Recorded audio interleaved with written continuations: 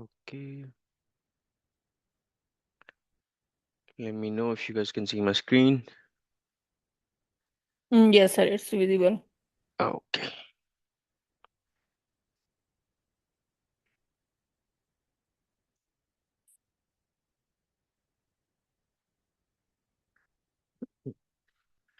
Okay, all right. So we'll be starting where we left off yesterday. So आज का हमारा फिर agenda होगा स्टेक होल्डर्स, रेसी मैट्रिक्स क्या होती है और कम्युनिकेशन प्लानिंग। सही है।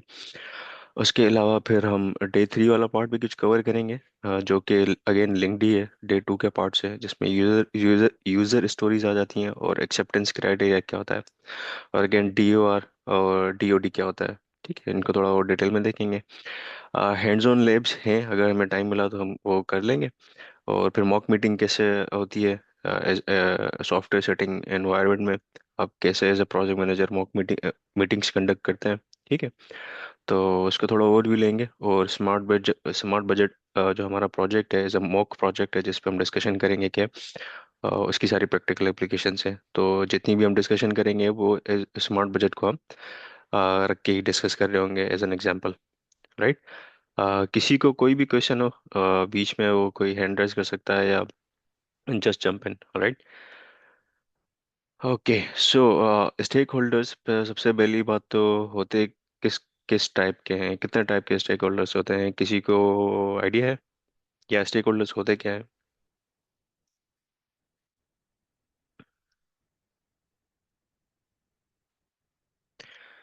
हाँ चले, मैं स्टार्ट कर देता हूँ। सो स्टेक होल्डर्स होते हैं बेसिकली दो टाइप के स्टेक होल्डर्स होते हैं, इंटरनल स्टेक होल्डर्स होते हैं और एक्सटर्नल स्टेक होल्डर्स होते हैं। अब इस इंटरनल स्टेक होल्डर्स में कौन कौन आ जाते हैं, जो भी उस प्रोजेक्ट में वर्क कर रहे हो वो हमारे इंटरनल स्टेक होल्डर्स हो जाते हैं। एक्सटर्नल स्टेक होल्डर्स वो हो जाते हैं जो भी एक सेकंड में चेक आउट।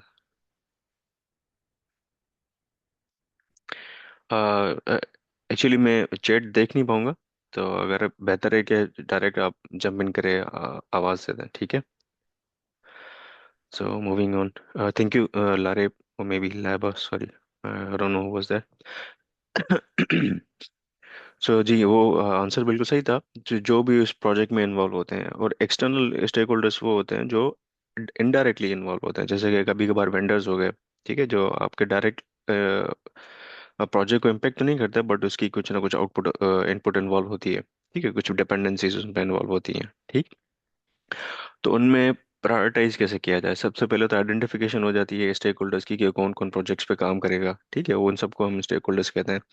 फिर उनको क्लासिफाई किया जाएगा कि कौन से इंटरनल है, कौन से एक्सटर्नल स्टेक होल्डर्स हो जाएंगे। ठीक। Once that identification is and classification is done, we then move on to the prioritization of the stakeholders. ठीक है। तो उस प्रायोरिटी उस हिसाब से होती हैं कि किसी का इन्फ्लुएंस और किसी का इंटरेस्ट किस बेसिस पे है। ठीक है, कितना ज्यादा है उन पे, वो हम आगे देखेंगे। तो उस हिसाब से हम ना कि एक स्टेक होल्डर मैप बनाते हैं। ठीक है, maybe a tabular form, कोई प्रोसेस फ्लो चार्ट बनाता है, कोई वैसे ही डायग्राम बना देते हैं। So that that totally depends. अच्छा, फॉर एग्जाम्पल ले लेते हैं कि stakeholder smart budget app है। ठीक है, उसमें हम स्टेक होल्डर की आइडेंटिफिकेशन कैसे करेंगे और क्लासिफिकेशन करेंगे। अब जैसे सीईओ या सीएफओ है, ठीक, उनका हाई इन्फ्लुएंस हाई इंटरेस्ट है। ठीक है, तो इस तरीके से एक ये आइडेंटिफिकेशन हो गई और ये क्लासिफिकेशन हो गई। उसी तरीके से जैसे लीगल टीम हो जाती है, उनका क्या है, हाई इन्फ्लुएंस है बट लो इंटरेस्ट है लीगल टीम का, बट वो क्या कहते हैं, उनकी काइंड ऑफ हल्की सी डिपेंडेंसी हो जाती है। और सिमिलरली जो एंड यूजर है, जैसे कि ऐप बन गई मेरे पास आ गई, अब मैं ऐप यूज करूंगा, मैं एज एन एंड यूजर हूँ, तो मेरा लो इन्फ्लुएंस तो लो है। ठीक है, बट क्योंकि मेरा हाई इंटरेस्ट इसलिए क्योंकि मैं एंड यूजर हूँ। तो ये इस तरीके से आइडेंटिफिकेशन हो जाती है। ऑल्सो लो इंटरेस्ट लो लो इन्फ्लुएंस, वो कोई भी सपोर्ट स्टाफ हो जाता है। राइट। एंड रेसी मैट्रिक्स पे आते हैं। अभी तक स्टेक होल्डर से रिलेटेड कोई क्वेश्चन? सर, इसमें ये बता दें कि क्लासिफिकेशन या फिर ये जो हम करते हैं ये क्यों करते हैं। क्लासिफिकेशन इसलिए ज़रूरी है क्योंकि आप आइडेंटिफिकेशन मतलब ग्रुपिंग कैसे करेंगे। फॉर एग्जांपल, आप अपने कम्युनिकेशन में आप सीईओ को नहीं बोलेंगे जो आपके डेवलपर का काम होगा। ठीक है, और यूजर एक्सपीरियंस जो भी हम UI UX जिस पे डिजाइनिंग होती है, ओवरऑल डेवलपमेंट होती है, वो इसी बेसिस के हिसाब से होती है। ठीक है। तो इन चीज़ों को मद्देनजर रखते हुए अपना क्लासिफिकेशन करते हैं। ठीक है। ताकि जो भी टास्क हो आगे जब भी रेसी मैट्रिक्स डिफाइन होती है, तो आपको पता हो कि आपने रीच आउट किसको करना है, किस बेस पे या किस कंडीशन में, किस सिचुएशन में, जो हम अभी पढ़ेंगे, जिसके लिए हम रेसी मैट्रिक्स बनाते हैं। ठीक है। सर लेकिन अगर जो हमारे पास सीईओ है वो अगर लेमैन हो, और जो हमारे पास प्रोडक्ट हो वो हाईली टेक हो, तो फिर हम उसमें सीईओ का इंटरेस्ट या फिर ये किस तरह रखेंगे, क्योंकि उसको तो समझ नहीं, भी नहीं आएगा कुछ। Exactly that's where project manager comes in. हम उस देखिए, कम्युनिकेशन जो भी होती है ना, वो उसी जो स्टेक होल्डर है उसको उस हिसाब से की जाती है। अगर टेक्निकल स्टेक होल्डर्स है तो हम उनको उस हिसाब से कम्युनिकेट करेंगे। अगर जैसे सीईओ है या क्या है, लेमैन है, तो उनको हम उस लैंग्वेज में बताएंगे। फॉर एग्जाम्पल मैं उसको ये नहीं बताऊंगा कि मेरा कोड की कॉम्प्लेक्सिटी क्या है, कोड कोड मेरा मेमोरी कितनी लेता है क्या। ठीक है। मैं तो उसको ये कम्युनिकेट करूंगा कि भाई फीचर पर मेरा फीचर अब क्या कहते हैं, लाइव हो गया है या नहीं लाइव हुआ, उस पर आउटपुट क्या है, ठीक है, उस पर रिस्पॉन्स क्या है। ठीक है।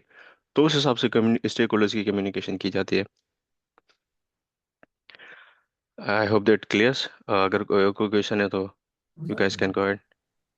अच्छा ये बता दें कि ये मस्ट है कि हाई इन्फ्लुएंस और हाई इंटरेस्ट जो है वो सीईओ है सीएफओ।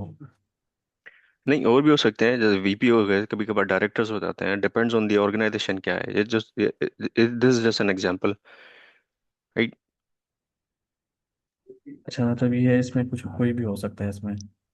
हाँ, कोई भी हो सकता है। मतलब जो आपके हाई इन्फ्लुएंस रखते हो, जैसे कि हमारी मोस्टली अपर मैनेजमेंट होती है, उनका हाई इन्फ्लुएंस ही होता है। ठीक है। वहीं से अप्रूवल सारे आए होता है ना, तो उनका इन्फ्लुएंस तो हाई है, उनका इंटरेस्ट भी हाई है, राइट। ठीक है। Any other question related to this? इसमें जो लीगल टीम है उसका क्या रोल प्ले हो रहा है, मतलब लीगल टीम क्या कर रही है प्रोजेक्ट में? अच्छा, हाँ जी। मोस्टली ऐसा होता है कि बड़ी ऑर्गेनाइजेशंस में आपके सर्विस लेवल एग्रीमेंट साइन हुए होते हैं। ठीक है। किसी भी आप कभी और मल्टीपल वेंडर्स के साथ भी काम कर रहे होते हो, उस केसेस में एक लीगल टीम को अलाइन किया जाता है। ठीक है। जस्ट इन केस के कोई भी एस्केलेशंस हो जाती हैं, अनवांटेड एस्केलेशंस हो जाती हैं, जिसमें आपकी कंपनी पे केस हो जाएगा, तो उस केस में अगर आप लीगल टीम को कुछ पता ही नहीं होगा कि ये चीज़ हो रही थी, तो who will fight for you, right. So that's why इनका इन्फ्लुएंस हाई होता है, बट इंटरेस्ट लो होता है, जस्ट इन केस के उनके एक विजिबिलिटी हो, राइट। ठीक है, तो हम इसमें डेवलपमेंट टीम को कहाँ पे रख रहे हैं? मतलब स्टेक होल्डर तो वही है ना, अब डेव भी तो इसमें आएंगे स्टेक होल्डर्स में। हाँ, आप बताएं, अगर डेवलपर का क्या रोल है, वो इंटरनल स्टेक होल्डर है या एक्सटर्नल स्टेक होल्डर होगा? ऑब्वियसली वो इंटरनल होगा क्योंकि उसी इंटरनल, पे तो हाँ। डिपेंड कर अभी रहा है सारा। हम हाँ हाँ, अभी हम आइडेंटिफाई कर लेते हैं ना। तो अगर सब उस पर डिपेंड करता है, तो क्या उसका इन्फ्लुएंस हाई है?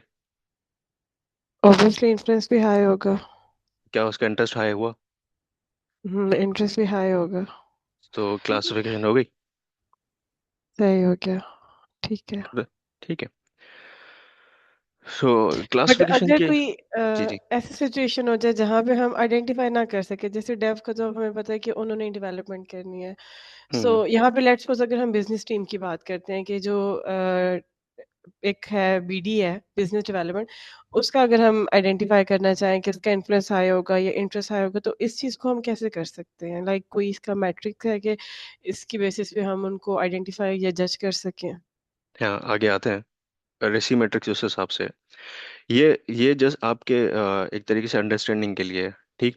आगे जो मैट्रिक्स जो मोस्टली यूज होता है ना, वही रेसी मैट्रिक्स यूज होता है। अभी तक यहाँ तक किसी और को कोई और क्वेश्चन? सेनब, आपका क्वेश्चन हम आगे रेसी मैट्रिक्स में कवर करते ओके, नो प्रॉब्लम। हैं। Okay. Alright, jumping on. So रेटरी में रेसी मैट्रिक्स क्या होता है, जिसमें हम डिफाइन करते हैं कि रिस्पॉन्सिबल कौन होगा किसी भी प्रोजेक्ट का, अकाउंटेबल कौन होगा, सही है, और कंसल्टेड कौन होगा, और इन्फॉर्म्ड कौन होगा। ठीक है। तो ये रेसी मैट्रिक्स डिफाइन कर रहे होते हैं। तो एक टेबुलर फॉर्म बन जाती है, जिसमें आप ऐसे रख लेते हैं, RACI R responsible, A accountable, C consulted, और I इन्फॉर्म्ड। ठीक है। तो और यहाँ से इस कॉलम में, ठीक है, जैसे मैट्रिक्स का कॉलम बनाया जाता है ना, इसी तरीके से, या इस कॉलम में आप रेसी डिफाइन कर देते हैं और ऊपर से आप डिफाइन करते हैं कि रोल्स डिफाइन कर देते हैं। फॉर एग्जांपल, अगर मेरे पास एक स्मार्ट बजट ऐप है और उसमें फीचर डेवलपमेंट करना है, तो उसमें मैं रिस्पॉन्सिबल किसको ठहराऊंगा? ठीक है, जो भी फिक्सेस हैं या जो भी डेवलपमेंट हो रही है वो कौन कर रहा है? डेवलपर कर रहा है। ठीक है। अच्छा, अब अकाउंटेबल कौन है? प्रोडक्ट ओनर या प्रोडक्ट प्रोडक्ट मैनेजर्स होते हैं, किसी मोस्ट मोस्ट केसेस में प्रोडक्ट मैनेजर्स होते हैं। अब कोई मुझे सिर्फ ये बताएगा कि डेवलपर रिस्पॉन्सिबल क्यों है और ये अकाउंटेबल, प्रोडक्ट ओनर अकाउंटेबल क्यों है किसी भी एक फीचर डेवलपमेंट में? व्हाई नॉट ये रिस्पॉन्सिबल हो और ये अकाउंटेबल हो? Can anyone identify the slight difference? Because जो चीज़ डेवलप हो रही है वो रिस्पॉन्सिबिलिटी तो डेवलपर की बनती है, उसने ज़ाहिर डेवलप करनी है चीज़। बट वो काम कितना हुआ है या कितना नहीं हो रहा, तो ये पीएम से हम पूछते हैं, या प्रोडक्ट मैनेजर या प्रोडक्ट ओनर की अगर हम बात करें, तो वो इस चीज़ के लिए रिस्पॉन्सिबल होता है कि कोई काम कितना हो गया या नहीं हुआ।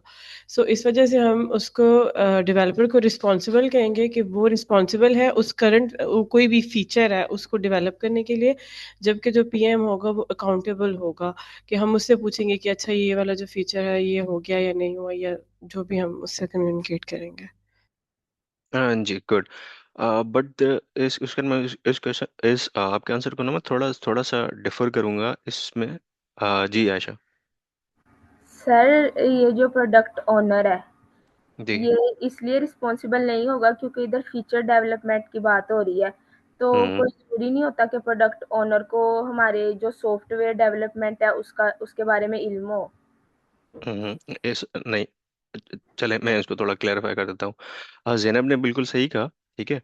बट एज आप पीएम प्रोजेक्ट मैनेजर जब आप बात करते हैं ना, तो आप एग्जीक्यूशन पे बात कर रहे होते हैं।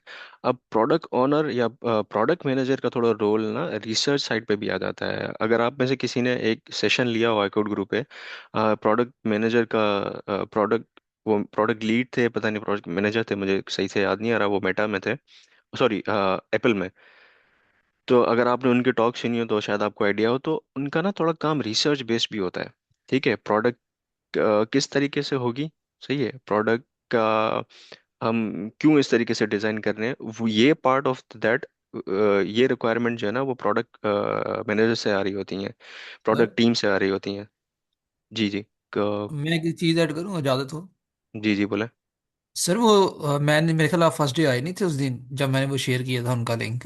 वो मेटा से ही थे तो। यार नहीं, हाँ, एक एप्पल वाले थे, क्योंकि मुझे उनका याद है, उनका वो काम कर रहे थे एप्पल मैप्स ये पे। फहद खालिद तो नहीं थे? शायद हाँ, वो एप्पल में काम किया इन्होंने।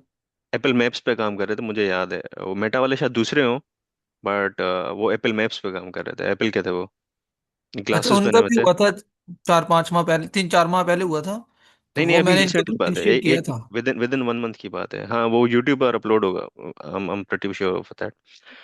सो ओके। जी। तो उन्होंने पूरा बताया था कि एज अ प्रोडक्ट मैनेजर क्या होता है। खैर, वो तो साइड की टॉक है। तो आयशा, सिर्फ डिफरेंस सिर्फ इतना है, ठीक है, कि प्रोडक्ट ओनर इसलिए अकाउंटेबल है क्योंकि इसने सारी रिक्वायरमेंट भेजी होती हैं कि प्रोडक्ट डेवलप कैसे होगी, ठीक है, क्या क्या चीज़ें हमें चाहिए। That's why he is accountable for that. और डेवलपर ऑब्वियसली वो एक मजदूर है, वो सारी ईंटें रख रहा है। ठीक, उस मजदूर से ही पूछेंगे ना, भाई तुमने ईंटें ईंटें रखते हुए क्या अलाइनमेंट क्यों नहीं चेक की, अगर जस्ट इन केस के कोई चीज़ें साइडवेज हो गई, ठीक है। अगर उसने अलाइनमेंट भी ठीक की है, सब कुछ ठीक किया, उसके बाद से एक आउटपुट का डिफरेंस आया है, तो that's where we go to the product owner, कि भाई आपने जो डायरेक्शंस दी थी, मैंने तो डेवलप उस हिसाब से किया है, बट आपने डायरेक्शंस गलत दी थी, या आपकी डायरेक्शंस में ही कोई रिसर्च का कोई फ्लॉ है जिसकी वजह से हमारा आउटपुट वेरी कर रहा है डिजायर्ड आउटपुट से। Make sense? ऑलराइट। ऐसे ही मूव ऑन करते हैं कि दूसरा अगर कोई फेज है, जैसे कि टेस्टिंग फेज में। सो टेस्टिंग फेज में भी क्यूए क्या रिस्पॉन्सिबल होगा और अकाउंटेबल होगा? QA lead. क्योंकि क्यूए लीड यहाँ पे क्या कर रहा है, उसको वैलिडेट कर रहा है, ठीक है। सारे टेस्ट केसेस जो बनाएगा वो क्वालिटी एश्योरेंस इंजीनियर बनाएगा, जो कि हम पढ़ेंगे अभी। बट क्यूए लीड उसको क्या कर रहा है, एज एन वॉच डॉग जैसे हम कहते हैं कभी कभार। So as a watchdog यहाँ पे काम कर रहा है। तो यहाँ पे that's why he is accountable for that, right. अच्छा, बट मुझे सर एक ये बताएं, इस इन दोनों में तो रिस्पॉन्सिबल भी है, अकाउंटेबल भी है, ठीक है, इन दोनों में, फीचर डेवलपमेंट और टेस्टिंग में। बट कंसल्टेड और इन्फॉर्म्ड कौन होगा?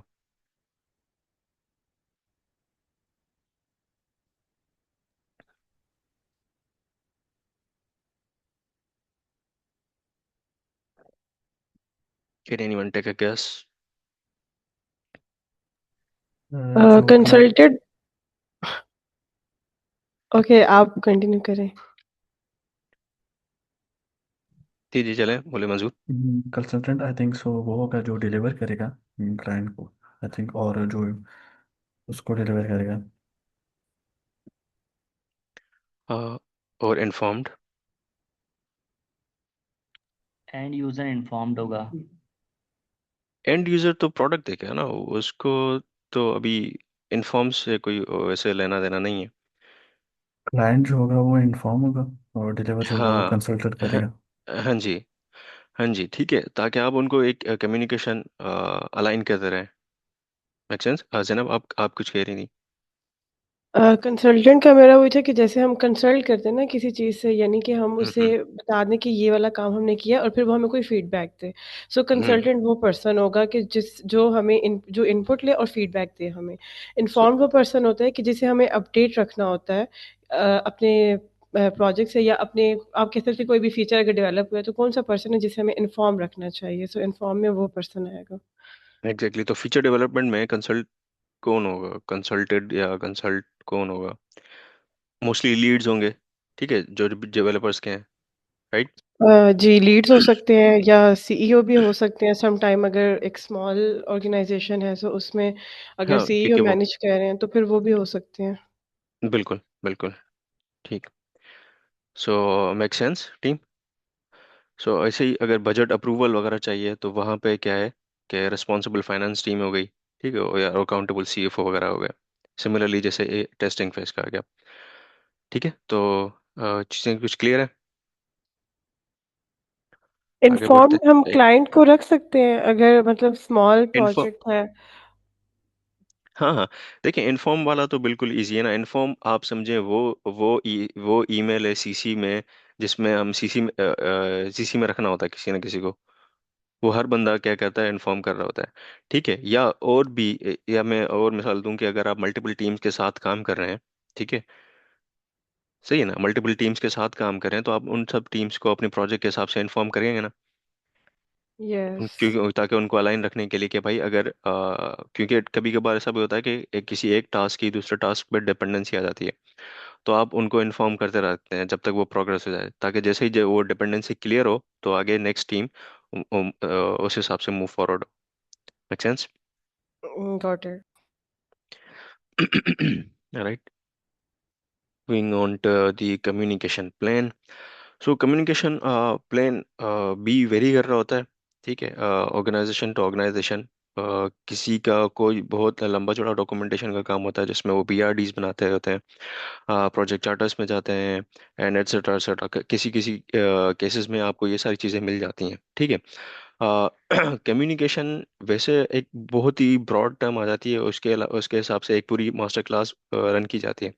बट यहाँ पे अगर शॉर्ट टर्म में अगर मैं आपको कहूँ जो अगर मैं आपसे डिस्कस करूँ तो कुछ चीज़ें हैं कि आप ना कम्युनिकेशन प्लान एक प्रोजेक्ट की जो प्रोग्रेस रनिंग में हो उस हिसाब से क्या क्या करेंगे, आप कम्युनिकेशन फ्रीक्वेंसी डिफाइन करेंगे कि मैं कब कब अपना प्रोजेक्ट की प्रोग्रेस को कम्युनिकेट करूँगा, ठीक है, और कितने टाइम में करूँगा, सही है। कभी कभार जिसको कहा जाता है कैडेंस क्या होगी, ठीक है, आपकी मीटिंग कैडेंस क्या होगी, ठीक है। अब मीटिंग कैडेंस में या फ्रीक्वेंसी में आप ये डिफाइन करते हैं कि हम हर वीकली, ठीक है, या हर बाय वीकली मैं सीईओ को, मैं वाइस प्रेसिडेंट्स को या मैं डायरेक्टर्स को, ठीक है, हर हर बाय वीकली मैं एक मीटिंग रखूंगा एज ए प्रोजेक्ट मैनेजर।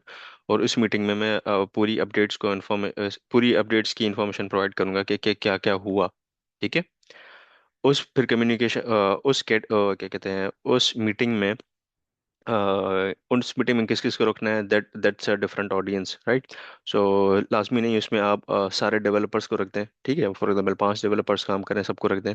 आप सिर्फ लीड को रख सकते हैं, क्योंकि चूंकि ये हायर स्टेक होल्डर्स मीटिंग होती है, तो उसमें मोस्टली इफेक्टिव मीटिंग के लिए ये कहा जाता है कि आप शॉर्ट कम लोग हों बट इफेक्टिव लोग हों, तो उसमें आपके लीड्स आ जाते हैं, और आपके अपर मैनेजमेंट के डिसीजन मेकर्स आ जाते हैं, ठीक।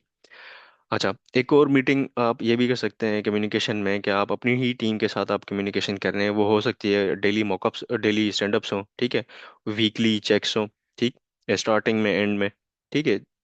तो वो मीटिंग्स आपके साथ इंटरनल टीम्स के साथ हो सकती हैं, जिसमें आप अपनी प्रोग्रेस को ट्रैक कर रहे हो, तो फीचर बाय फीचर या डे बाय डे, ठीक। और that depends totally on project managers description, कि आप वो किस तरीके से किस तरीके से अपनी टीम को चला रहे हैं, ठीक है। सेलेक्ट चैनल्स में ये आ जाता है कि आप चैनल्स कौन से आइडेंटिफाई, किस किस चैनल्स के थ्रू आप कम्युनिकेशन करना चाह रहे हैं, either it is Teams, Zoom, या ऑन साइट मीटिंग्स या ऑन साइट रूम्स में कम्युनिकेशन की जाती है। And also stakeholders specific updates, क्या कौन कौन से स्टेक होल्डर्स, जो अभी हमने डिस्कशन की कि हायर स्टेक होल्डर मीटिंग होती है, तो आप उस हिसाब से अपने स्टेक होल्डर्स डिफाइन तो कर लिए हैं आपने, उस हिसाब से फिर आपने उस मीटिंग के रिलेटेड आपने स्टेक होल्डर्स के साथ डिस्कशन करनी होती है, ठीक है। फॉर एग्जांपल, अगर आपके टीम में 5 डेवलपर्स हैं, ठीक, और आपकी हायर स्टेक होल्डर मीटिंग है, और आपने अपने जूनियर डेवलपर को भी उस टीम में, उस कॉल में, या उस मीटिंग में बुला लिया है, ठीक है। तो उसकी एज अ डिसीजन मेकिंग में तो कोई इनपुट नहीं होगी। हाँ, बस उसके ये पूछा जाता है कि आपकी प्रोग्रेस क्या रही, दैट्स अ डिफरेंट थिंग। तो उसके लिए हमें सेपरेट मीटिंग है, बट आपके सीईओ या आपके वाइस प्रेसिडेंट को इस बात का गर्ज नहीं है कि आपके जूनियर डेवलपर की प्रोग्रेस क्या रही, ठीक है। वो आपके लीड को ही गर्ज, उससे उससे है ना, एक लिंक है, वो गर्ज है, ठीक है। आपका सीईओ या आपके वाइस प्रेसिडेंट को तो आउटपुट चाहिए, सही है, तो और डिसीजन बनाने हैं उस पर, तो वो आप एज अ पीएम और आपके साथ जो भी इंजीनियरिंग लीड है, वो प्रोवाइड कर रहे होंगे, ठीक है। So I hope that make sense, क्योंकि ये थोड़ी चीज सिंपल ही थी। ऑलराइट। फॉर एग्जांपल, एक स्मार्ट बजट ऐप है, उसकी कम्युनिकेशन प्लान की एक एग्जांपल है कि आप ना वीकली स्प्रिंट, जैसे मैंने कहा कि आप वीकली रख सकते हैं, स्टार्ट में या एंड में, ठीक है, स्टेक होल्डर्स के साथ, इंटरनल इंटरनल स्टेक होल्डर के साथ, या मंथली स्टेयरिंग कमेटी, या ठीक है, सीईओ सीएफओ के साथ हो गई, जो अभी मैंने बात की, और डेली स्टैंड अप्स हो गई, या टेक टीम, मतलब इंटरनल टीम जो आपकी है, उनके साथ रखी आपने, उनके साथ डिस्कशन की, प्रोग्रेस वाइज डिस्कशन की, और कोई भी बग्स हो Like, गए या कोई। इसमें प्रोजेक्ट मैनेजर का क्या रोल है यहाँ पे? ये सब कुछ प्रोजेक्ट मैनेजर ही तो कर रहा है, आपके मीटिंग्स तो क्लासिफिकेशन। सीईओ नहीं लेगा कि प्रोग्रेस देखने के लिए कि टीम की क्या प्रोग्रेस है, तो वो प्रोजेक्ट मैनेजर का यहाँ से क्या रोल होगा? चलें, एक हम वो कर लेते हैं, एक लास्ट में मॉकअप मीटिंग है, ठीक है। हम एक मॉकअप मीटिंग करेंगे, ठीक है। तो उसमें हम इसको आइडेंटिफाई करते हैं कि क्यों प्रोजेक्ट मैनेजर हमें चाहिए, बल्कि हालांकि सीईओ तो है, वो कर लेगा सब, तो प्रोजेक्ट मैनेजर क्यों चाहिए, राइट। नहीं, ओके। या मैं, अगर आप कहें तो मैं अभी आंसर कर सकता हूँ, नो वरीज, अदरवाइज एक वो क्या क्या मॉकअप भी हो जाएगा, उसमें आपका क्वेश्चन का आंसर भी हो जाएगा, right. Otherwise just just for now, weekly sprint meeting या मंथली स्टीयरिंग कमेटी या डेली स्टैंड अप मीटिंग्स, सही है, ये सारी प्रोजेक्ट मैनेजर्स ही कर रहा होता है, ठीक हो क्या। और स्टेक होल्डर आइडेंटिफिकेशन वगैरह, ये सारी प्रोजेक्ट मैनेजर्स के ही, रेसी मैट्रिक्स वगैरह, ये सारे प्रोजेक्ट मैनेजर्स के ही रिस्पॉन्सिबिलिटीज में आती हैं। ऑलराइट। अब अच्छा, ये वैसे तो एक्टिविटी थी कि जिसमें आप कम्युनिकेशन प्लान बनाए या रेसी मैट्रिक्स बनाए, तो कंसिडर करते हैं कि आपने, हम जैसे स्मार्ट बजट की ये एक्टिविटी है, इसको कंसिडर कर लेते हैं। अदरवाइज ये काम कर सकते हैं कि हम आफ्टर द क्लास, या कल जब आप सब लोग आएंगे, तो मैं आपको कोई व्हाट्सएप पे एक कोई ऐप बता देता हूँ, या कुछ कोई फीचर बता दूंगा, उस हिसाब से आप ना रेसी मैट्रिक्स डिफाइन कर दीजिएगा, ठीक है। बट फॉर नाउ अगर जो भी 5 मिनट में गूगल कर सकता है, तो सिर्फ ये गूगल करे कि रेसी मैट्रिक्स क्या होती है, या लेट मी शो यू बस, क्योंकि एक टेबुलर फॉर्म में रेसी मैट्रिक्स बन रहा होता है। मेरी स्क्रीन विजिबल नहीं होगी कम्प्लीटली, सिर्फ पीपीटी विजिबल है ना? Yes, sir. Okay, let me share it again.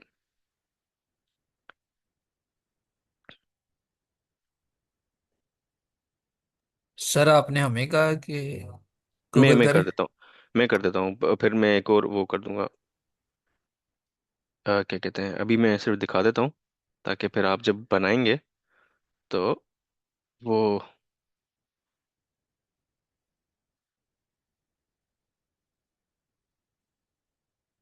आपके पास एक डेमो हो कि क्या आपने किस तरीके से बनाना है। Just give me a second.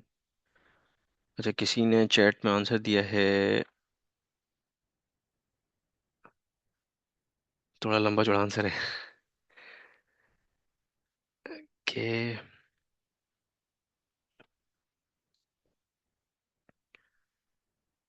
सो ये एक रेटरी मैट्रिक्स, रेसी मैट्रिक्स का एक पैटर्न फॉलो किया जाता है, ठीक है, जिसमें आप टास्क वाइज ब्रेकडाउन होगा। ठीक है, टास्क का ब्रेकडाउन होगा या हो सकता है ये माइलस्टोन्स का भी ब्रेकडाउन हो। ठीक, that depends upon the project की लेंथ कितनी है और प्रोजेक्ट किस तरीके से डिवाइड किया गया है। और ये पर्सन ए, पर्सन बी, पर्सन सी, पर्सन डी, ये अगेन वही हो जाएंगे कि आपके कौन से सीईओ हैं, वीपीज हैं, अगर क्यूए लीड्स हैं, क्यूए डेवलपर्स हैं। ठीक, तो इस तरीके से बनते जाएंगे। तो उसमें क्या क्या रखना है कि कौन रिस्पॉन्सिबल होगा, कौन अकाउंटेबल होगा, कौन कंसल्ट होगा, कौन इन्फॉर्म है। ये हार्ड एंड फास्ट रूल नहीं है। ठीक है, बस एक मैट्रिक्स बनाया जाता है। मैट्रिक्स आप मल्टीपल वेज से भी बना सकते हैं। आप रेसी यहाँ रखते हैं, फिर टास्क टास्क वाइज आप टास्क को इनपुट कर दें, या आप रेसी यहाँ पे डिफाइन कर दें, फिर अंदर अंदर कॉलम में आप जो है ना पर्सन ए, पर्सन बी, इस तरीके से पर्सन डिफाइन किए जाते हैं। This is just for the example के इस तरीके से मैट्रिक्स बस क्रिएट किया जाता है। रेसी मैट्रिक्स क्रिएट किया जाता है। और ये इसलिए भी ज़रूरी होता है कि अगर आपका प्रोजेक्ट कंप्लीट हो जाता है, तो आपने एक कंप्लीशन नोटिस अगर सेंड करना है, तो आपने कंप्लीशन नोटिस में किस किस को रखना है। ठीक है, तो मोस्टली बिगर ऑर्गेनाइजेशंस में, फॉर एग्जांपल जहाँ पे मैं भी काम कर रहा हूँ, तो वो उसमें उसमें वो ग्लोबल ऑर्गेनाइजेशन है। ठीक है, वो यूएस में भी हैं, यूरोप में भी हैं, एपेक रीजन में भी काम कर रहे हैं। ठीक है, तो एक प्रोजेक्ट अगर यूएस में कंप्लीट हुआ, तो उनका एपेक से अगर लिंक नहीं है, तो मुझे उनको इन्फॉर्म करने की या उनको वैसे बताने की कोई नीड नहीं है, अनटिल अनलेस कोई special link is is needed, या फिर उनकी कोई ऐसी डिपेंडेंसी है हमारे प्रोजेक्ट पे, ताकि फिर हम और जब कंप्लीशन नोटिस सेंड करें, तो उनको भी हम बताएं कि भाई ये चीज़ हो गई है, आप अपनी डिपेंडेंसीज को कंप्लीट कर सकते हैं और आगे मूव ऑन कर सकते हैं। So let me share my screen again. Okay, अभी तक कोई क्वेश्चन रिगार्डिंग रेसी मैट्रिक्स और कम्युनिकेशन प्लान?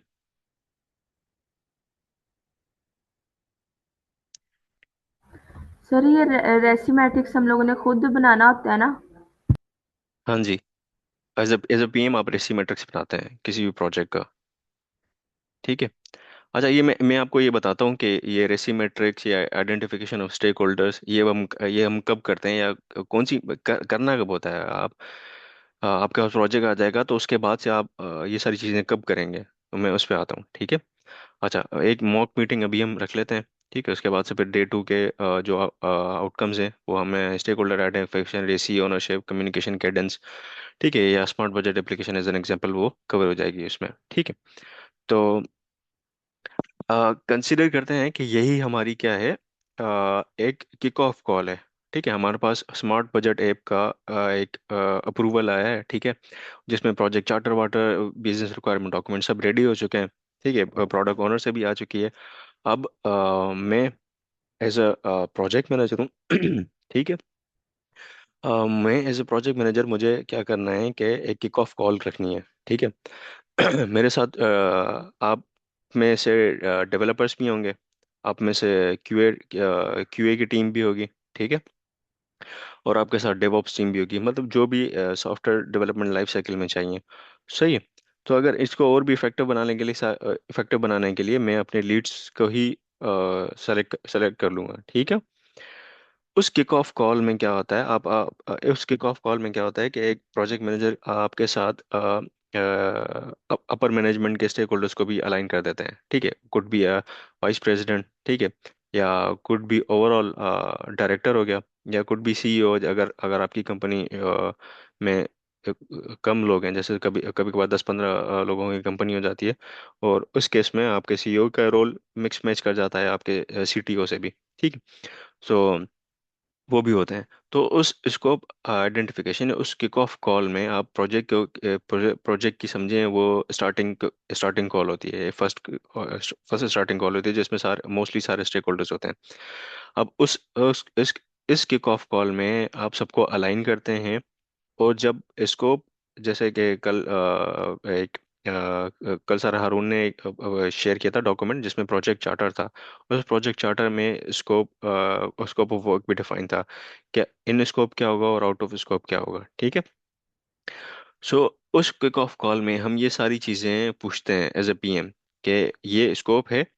ठीक है, क्या आप कंफर्म कर सकते हैं कि यही स्कोप है, ये चीज़ें हमारे एंड से डिलीवर होनी है, ये चीज़ें हमारे एंड से डिलीवर नहीं होनी।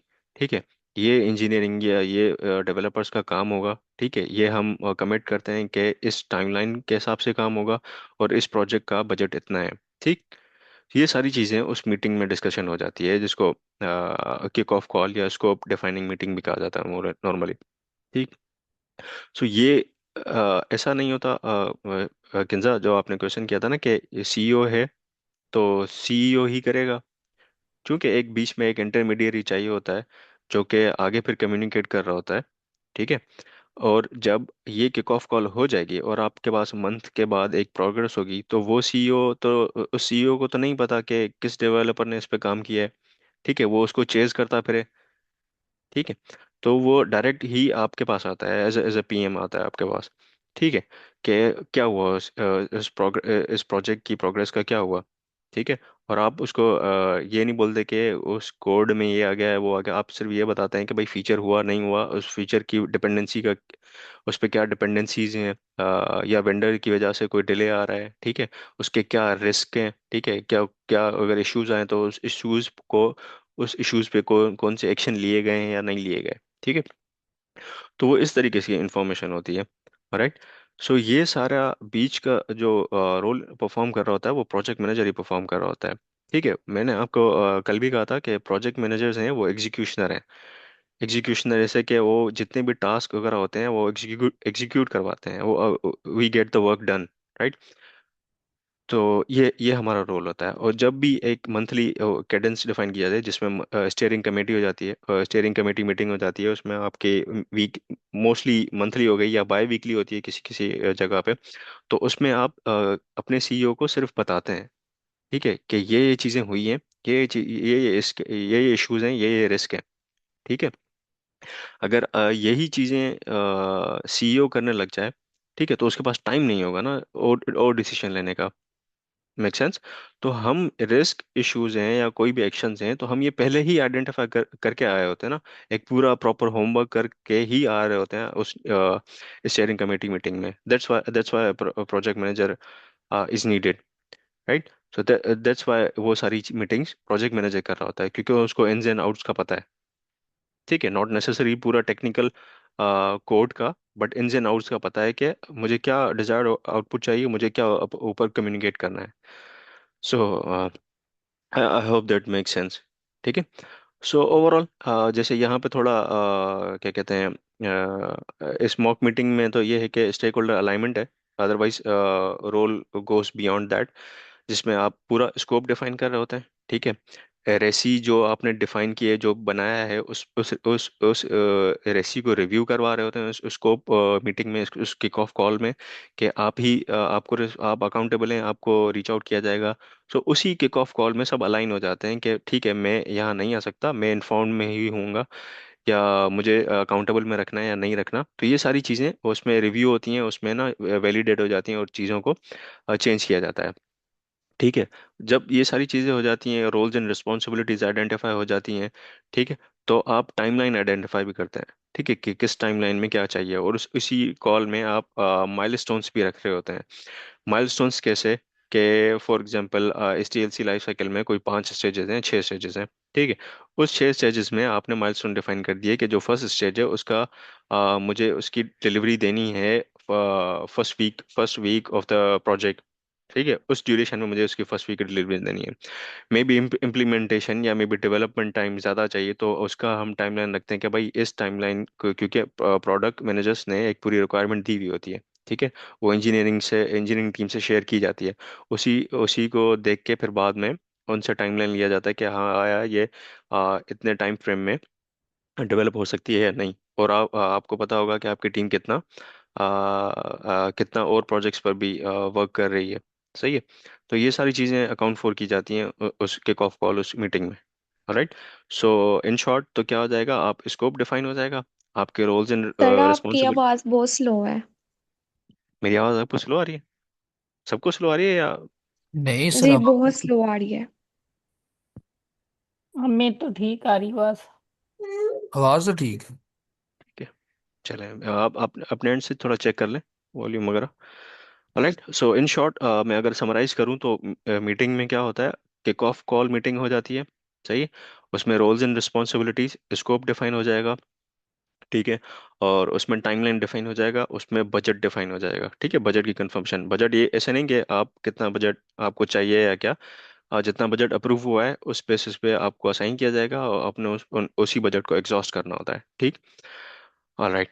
तो ये सारी चीज़ें उसमें आ जाएंगी किक ऑफ कॉल मीटिंग में। उसके बाद से जो भी कैडेंस बाद में डिफाइन होती है कि हम वीकली करेंगे या मंथली करेंगे, उनमें सिर्फ अपडेट्स दी जाती हैं कि प्रोजेक्ट के माइलस्टोन्स अचीव हो रहे हैं या नहीं हो रहे, या उस पर क्या रिस्क आ रहे हैं, उसके क्या इश्यूज हैं, ठीक है, उस पर क्या एक्शन लिए जाते हैं, और उस पर क्या डिपेंडेंसीज आ रही हैं। ठीक है। So that's how then the project goes on. ये सारा काम किस बेसिस पे आता है, प्रोजेक्ट मैनेजर के अंडर रिस्पॉन्सिबिलिटीज में आ जाता है। राइट। सो ये कुछ था मॉक मीटिंग का। डे टू के आउटकम्स जो थे ये। अच्छा, यूजर स्टोरीज और इन्वेस्ट और user story acceptance criteria.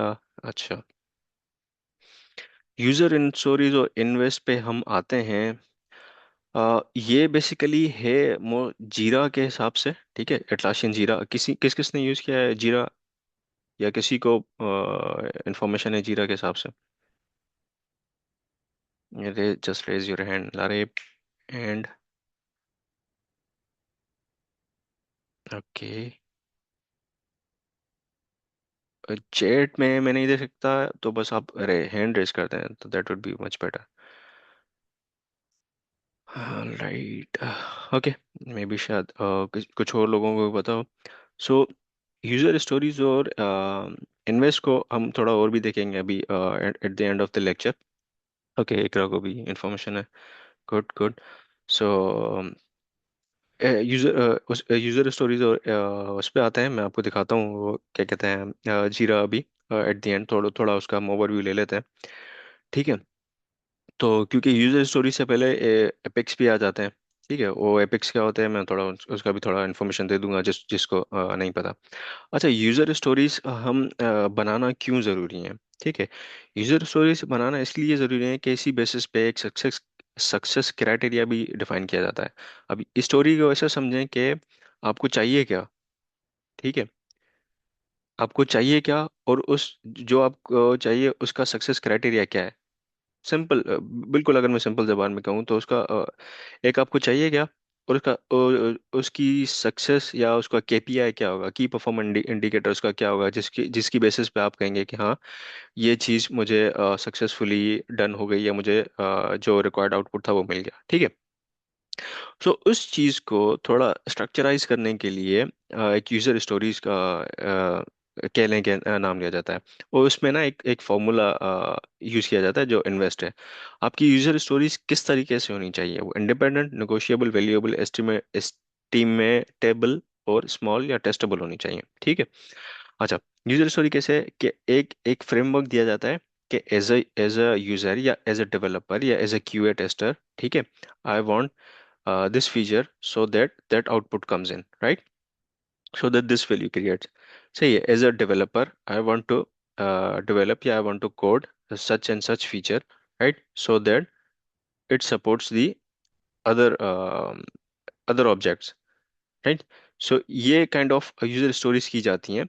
Depends कि आप किस स्टेज पे काम कर रहे हैं। आपकी क्यूए की स्टोरीज अलग बनेंगी, ठीक है, आपकी डेवलपर्स की स्टोरीज अलग बनेंगी, ठीक है। तो इस तरीके से एक एक फ्रेमवर्क है जिस पे सब अलाइन हो जाता है। वो किस तरीके से होनी चाहिए, कुछ इंडिपेंडेंट होनी चाहिए, नेगोशिएबल होनी चाहिए, वैल्यूएबल, एस्टिमेबल, स्मॉल और टेस्टेबल। एक एग्जांपल है, जैसे स्मार्ट बजट की एक यूजर स्टोरेज बनानी है। तो क्या कह रहा है, आप देखें कि as a user I want to set monthly budget limits so that I can control expenses.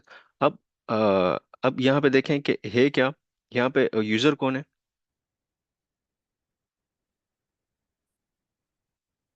यहाँ पे यूजर कौन है, एंड यूजर है ना। तो उस हिसाब से ये स्टोरी क्रिएट की हुई है कि एज ए यूजर मुझे क्या चाहिए। मैं चाहता हूँ कि भाई मुझे मंथली बजट हो, जो मंथली बजट लिमिट सेट हो जिसके हिसाब से मैं अपने एक्सपेंसेस को कंट्रोल कर सकूं, ठीक है, राइट। सो या यहाँ पे देख लें, एक और एग्जांपल है, जैसे as a finance manager I want dashboard so that I can analyse trends, right. अब ये तो एक स्टोरी हो गई, ठीक है। इसी स्टोरी के हिसाब से एक सक्सेस क्राइटेरिया बनाया जाता है, ठीक है। तो उस एक्सेप्टेंस क्राइटेरियाज में क्या हो जाते हैं, तो वो आपने किस तरीके से डिफाइन करने हैं कि वो क्लियर हो, मेजरेबल हो और टेस्टेबल भी हो। इस ऐसा ना हो कि आपने एक बड़ा कॉम्प्लेक्स सा एक्सेप्टेंस क्राइटेरिया बना दिया है जो कि कभी आप उसको क्या कहते हैं, आप उसको मीट ही नहीं कर पाते। मीट इसलिए नहीं कर पाते क्योंकि वो इतना कॉम्प्लेक्स है कि उसका चंक्स में ही एक्सेप्ट हो रहा होता है। So that's why it's better कि हम आप जो भी एक्सेप्टेंस क्राइटेरिया बनाए वो एक क्लियर हो, शॉर्ट हो, सिंपल हो और मेजरेबल हो, टेस्टेबल हो, ठीक है। Often written in Gherkin. अब गेरकिन किस किस को आइडिया है कि गेरकिन क्या होता है?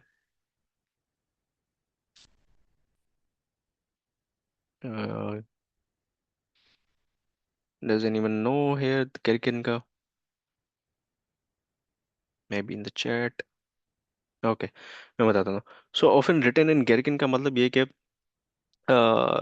आप जैसे अपन अभी ये देखा ना कि given, when, then, what, why, इस तरीके से। सही, इस चीज इसको सिर्फ कहा जाता है प्रोजेक्ट मैनेजमेंट की लैंग्वेज में कि गैर कैन। ऊपर क्यों नहीं जा रहा, जैसा कि ये हो गया ना, as a story I want this and that, सही। So given, when, why, what, then, जिस तरीके से भी मतलब उसको सिंप्लीफाई किया जाए और जिस तरीके से क्लियरली कम्युनिकेट हो जाए, तो इन सारे चीज़ों को बस सिर्फ केयर किन कहते हैं। अदरवाइज इतनी कोई वो ये एक कॉम्प्लेक्स वर्ड नहीं है, राइट। सो ये जैसे एग्जांपल है, गिवन उसका कॉन्टेक्स्ट, फिर व्हेन उसका एक एक्शन, देन उसका क्या आउटकम होगा, ठीक है। तो ये एक फ्रेमवर्क बोल देते हैं इसको, केयर को, ठीक है, जो कि एक स्टोरी और एक्सेप्टेंस क्राइटेरिया बनाने में यूज होता है, ठीक है। अब एग्जांपल लेते हैं, इसी for smart budget, right. So given user is logged in, ठीक है। जो अब वो लॉकडाउन गया, when they create a new budget limit then it must save and reflect instantly in dashboard, right. So ये एक क्या बन गई, ये क्या बन गया, एक मेरा क्या बन गया, एक्सेप्टेंस क्राइटेरिया बन गया कि भाई जब यूजर लॉग इन हो, ठीक है, वो एक न्यू बजट लिमिट भी क्रिएट कर सके, ठीक है, और उसको सेव एंड रिफ्लेक्ट कर सके डैशबोर्ड में इंस्टेंटली, राइट। अब यहाँ पे आप देख सकते हैं ना कि एक्सेप्टेंस क्या हुई कि ये जब लॉगिन हुआ, बजट भी क्रिएट हुई, अब आप उसको डैशबोर्ड में भी देख सकते हैं, चेंजेस रिफ्लेक्ट कर सकते हैं ना, ठीक है। ये आपका हो गया एक्सेप्टेंस क्राइटेरिया। अब और इसी का यूजर स्टोरीज क्या होगी कि भाई मुझे क्या चाहिए, यूजर स्टोरीज की क्या होगी,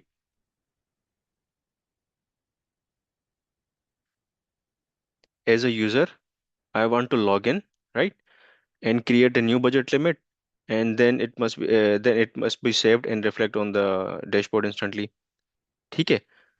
सो दोनों में थोड़ा डिफरेंस है, एक आप चाह क्या रहे हैं और आपका आउटपुट क्या है, ठीक है,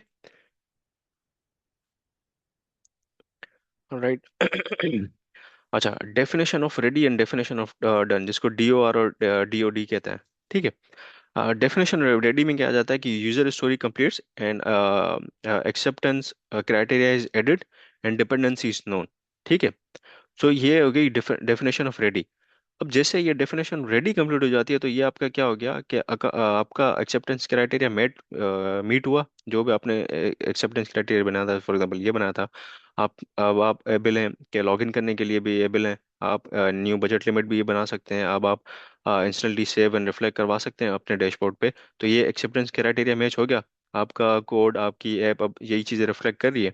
तो आपका एक्सेप्टेंस क्राइटेरिया जैसे मैच हुआ तो आपका क्या हो गया, डेफिनेशन ऑफ डन में आ गया।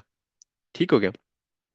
अदरवाइज जस्ट के आपने यूजर स्टोरी सक्सेसफुली बना दी, आपने एक्सेप्टेंस क्राइटेरिया डिफाइन कर दिया, आपकी जो भी डिपेंडेंसीज हैं वो भी आपने डिफाइन कर दी, तो बस ये अब आप रेडी हैं। अब आप रेडी हैं, अब आप अपने एग्जीक्यूशन पे काम करेंगे, एज अ डेवलपर आप काम करेंगे। एंड देन दिस डिफाइंस के जब वो कोड कंप्लीट हो गया, उस कोड का जो भी आउटपुट है वो हमारे एक्सेप्टेंस क्राइटेरिया से मैच कर रहा है, that's fine.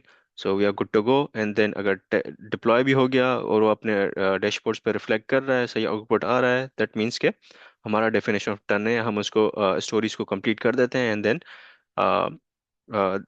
Then our task, that part of the task is done, right. So ये थोड़ा हल्का डिफरेंस है, definition radio definition of done में क्या जाता है। ठीक है, अब जैसे एक्टिविटी है बैकलॉग क्रिएशन इन जीरा, इस पे हम आते हैं। लाइक वो जो आपने अभी डिफरेंस बताया ना, वो एक बार दोबारा बता दी, मुझे आपके पॉइंट की समझ नहीं किस में डिफरेंस बताऊं, sorry. I. DOR and DOD। अच्छा, डीओ आर और डीओ डी में सिर्फ फर्क इतना है कि एक है चीज, मैं आपसे कहता हूँ कि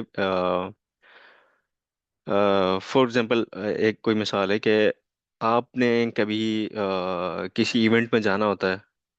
ठीक है, आपके भाई के साथ जा रही हैं, आप अपने वाले साहब के साथ जा रही हैं, तो वो आपसे पूछते हैं ना कि आप रेडी हो गई हैं। ठीक। ठीक है, जब आप इवेंट पे पहुंच जाते हैं, that's part of that done, right. अब उस रेडी होने में आपको डिफाइन किया जाएगा कि हम इतने बजे चलेंगे, ये मोड ऑफ कम्युनिकेशन, ये मोड ऑफ कम्यूटेशन होगा, राइट। वो पार्ट जो है ना जिसमें आपने ये सारी ये डिफाइन होगा कि आपकी यूजर स्टोरीज क्या होगी। ठीक है, आपका एक्सेप्टेंस क्राइटेरिया क्या होगा, ये आपने डिफाइन कर दिया। सो दैट डिफाइंड पार्ट और डिपेंडेंसीज डिफाइन कर दी कि कौन कौन साथ चलेगा, for example that's your dependency. या यहाँ पर डिपेंडेंसी ऐसे कह सकता हूँ कि आपके पास कोई और डिलीवरी आनी है किसी वेंडर से, कि सप्लाई चेन टीम से कोई डिलीवरी आनी है, that's on your dependency, right. कोई हार्डवेयर आना है, ठीक, तो वो एक डिपेंडेंसी है। ये सारी आपने डिपेंडेंसी डिफाइन कर दी है, तो अब हम रेडी हैं। जब ये रेडी हैं, सबको पता है कि अब क्योंकि डेवलपर्स को पता है ना अब काम क्या करना है। ठीक है, उसको ये थोड़ी पता, उसको तो ये बताना है ना कि कोड करना क्या है, उसको उसको चाहिए क्या, आउटपुट क्या चाहिए। सो जब हम वो चीज़ें डिफाइन कर देते हैं एज यूजर स्टोरीज में या एक्सेप्टेंस क्राइटेरिया में, तो हमारी क्या हो गई, डेफिनेशन ऑफ रेडी में हम आ जाते हैं। ठीक है, ये हो गया। देन पार्ट के वो एग्जीक्यूशन पे जाते हैं। बट सक्सेस क्राइटेरिया या एक्सेप्टेंस क्राइटेरिया में जैसे ही मैच हो जाता है तो हम कह देते हैं कि भाई ठीक है, कंप्लीटली अब हम इस टास्क को क्लोज कर सकते हैं। Nothing more is to be done on this task, right. So nothing more is needed to be changed or deleted or something, right. So that's where we say our success criteria is matched and we are good to go. So yeah, that's where we say कि हम अब definition of turn में आ रहे हैं। ठीक है, अगर ये कुछ टर्मिनोलॉजीज हैं वो अगर आपको याद रखनी है, नहीं रखनी है, इन टर्मिनोलॉजीज को सिर्फ क्लासिफिकेशन करने में या एक चीज़ फिलहाल के अभी के लिए समझने में काम आती है। अदरवाइज जब आप किसी भी एक रोल में आ जाते हैं ना, तो हो सकता है कि उस रोल में या उस कंपनीज में अलग टर्मिनोलॉजीज यूज की जाती हूँ। ठीक है, और उस हिसाब से फिर आप उस हिसाब से आप ना चीज़ों को अडाप्ट करते हैं और उनकी टर्मिनोलॉजीज को अडाप्ट करते हैं। ठीक है, अब अब मैं आपको मिसाल दूं कि मैंने कभी भी डी ओ आर या डी ओ डी यूज़ नहीं किया। ऐसे लिखा हो कि डी ओ आर या डी ओ डी। ठीक है, एक्सेप्टेंस क्राइटेरिया यूज हुआ है, यूजर स्टोरीज क्रिएट हुई। ठीक है, उसके बाद से मल्टीपल और क्या कहते हैं, टैग्स क्रिएट होते हैं, स्टेटसेस क्रिएट होते हैं, जिसमें इन रिव्यू आ गया, production, sent sent to development and deployed and sent to production environment. ठीक है, वो उस हिसाब से आपके ऑर्गेनाइजेशन में वो चेंज हो जाती हैं। अभी के लिए आप एक कॉन्सेप्ट समझने की बात है कि आप स्टेजेस में कैसे तोड़ते हैं, कि आपके पास एक हो गया कि मुझे क्या चाहिए वो मैंने डिफाइन कर दिया, आउटपुट मुझे क्या चाहिए वो भी डिफाइन कर दिया। ठीक है, अब मुझे मेरा आउटपुट मैच हो गया जो मुझे चाहिए, तो दैट्स कंप्लीट।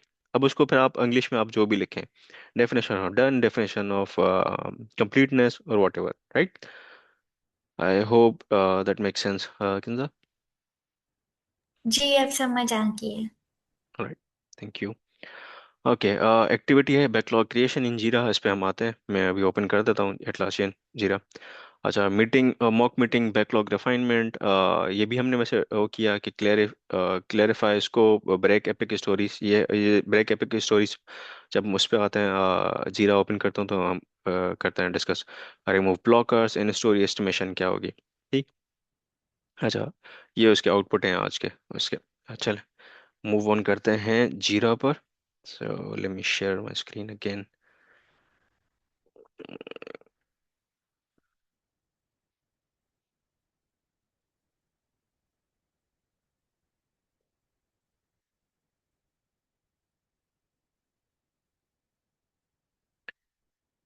ठीक है, मेरी स्क्रीन विजिबल होगी होपफुली सबको। अच्छा, अच्छा, आप जैसे न्यू टैब में जाएंगे, न्यू टैब में आप लिखेंगे एटलासियन, एटलासियन जीरा, ठीक। तो आप इस पेज पे आ जाएंगे, कंफर्मेशन वगैरह इस पेज पे आ जाएंगे, राइट।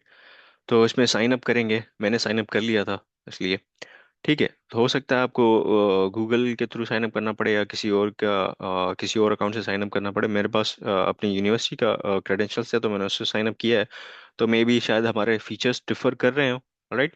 तो जैसे ही आप आएंगे, इस पेज पे आएंगे, तो इसमें दो तीन और चीज़ें हैं, कानबान है, स्क्रम में, प्रोजेक्ट मैनेजमेंट है, और इससे पहले एक और प्रॉम्प्ट आएगा, लेट मी गो बैक, अगर वो शो हो रहा हो तो। हाँ, गो बैक टू जीरा।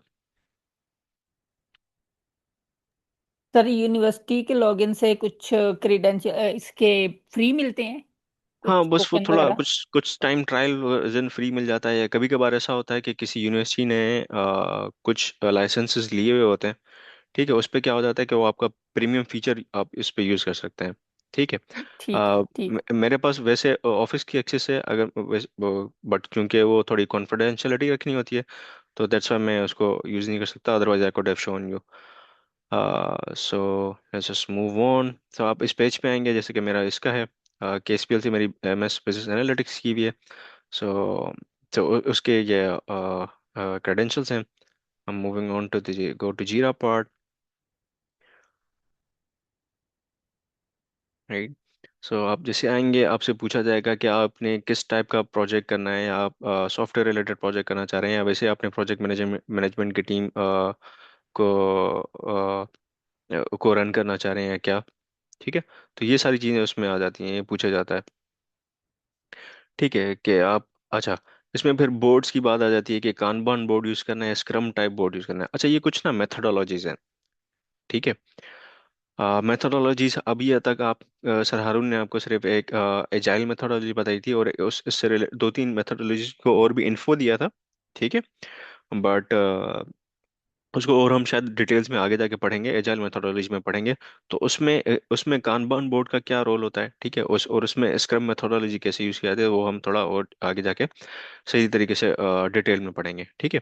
अभी मैं फिलहाल कानबान को ही सेलेक्ट कर लेता हूँ, क्योंकि एक तरीके से पॉपुलर वो है। मोस्टली जहाँ पे एजाइल मेथोडोलॉजी यूज हो जाती है, वहाँ पे स्क्रम मेथोडोलॉजी भी यूज होती है।